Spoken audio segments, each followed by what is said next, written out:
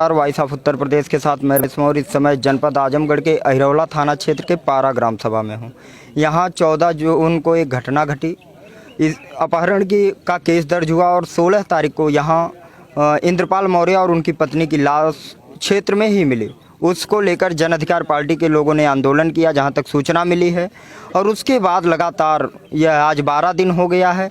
यहाँ सियासी माहौल भी चल रहा हो, चुनाव चल रहा हो, उसी बीच नेता नगारी यहाँ आज आ भी रहे हैं।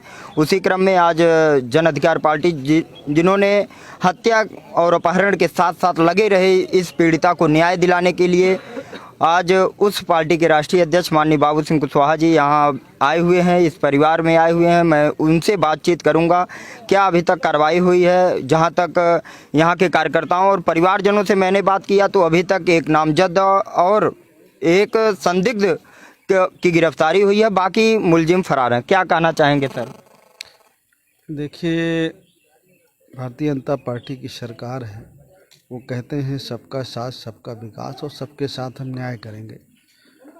और आजमगढ़ में चुनाव था, इस बीच में इंद्रपाल जो पूर्व प्रधान है उनकी पत्नी की हत्या कर दी जाती है।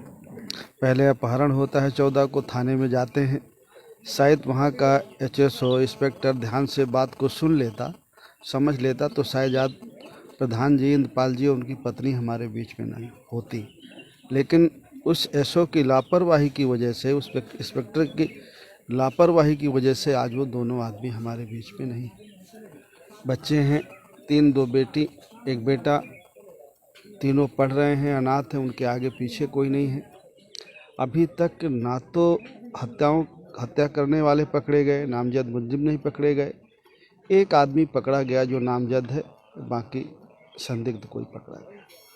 तो हमारा यही कहना है कि अगर भारतीय जनता पार्टी की सरकार न्याय देना चाहती है, यहाँ के प्रशासन के लोग, यहाँ का SP, यहाँ का DM, इन बच्चों को आगे कोई तकलीफ़ ना हो, इनकी शिक्षा पूरी हो जाए, तो इसके लिए उन्हें कुछ आर्थिक सहायता देना चाहिए।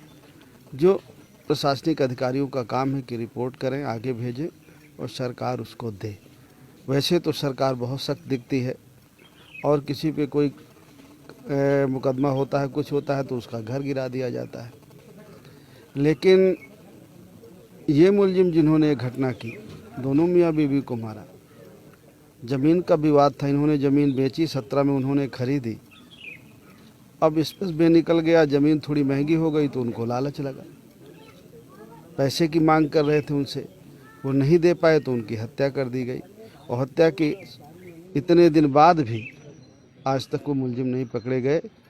और पता नहीं यहाँ का जो सरकार जो कहती है हम बुलडोज़र से घर गिरा देते हैं, तो उसका भी पता नहीं चलता है। तो हम ये चाहते हैं कि पीड़ित परिवार को न्याय मिले, मुलजिम पकड़े जाएं, और जो बच्चों को, जो हमारी दोनों बेटियां हैं और जो बेटा है, उनको पढ़ाई का इंतज़ाम हो।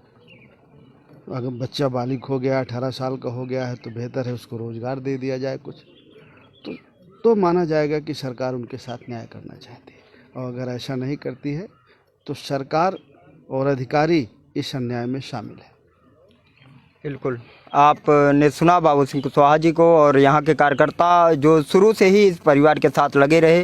अंततः आप बने रहिए, हम आपको पल पल की खबर देंगे कहाँ तक दोषियों के ऊपर कार्रवाई हुई है, क्योंकि यह सरकार, जो अभी तक बाबू जी ने कहा कि यह सरकार कहीं न कहीं दोषियों के ऊपर जो है बुलडोज़र गिराने का कार्य करती है। आज इतना बड़ा जघन्य अपराध आजमगढ़ के अहिरौला थाना क्षेत्र के इस पारा गाँव में हुआ, लेकिन इस सरकार का बुलडोज़र कहाँ है, यह सवाल बना हुआ। आप बने रहिए हमारे साथ, वॉइस ऑफ उत्तर प्रदेश के साथ मैं रमेश।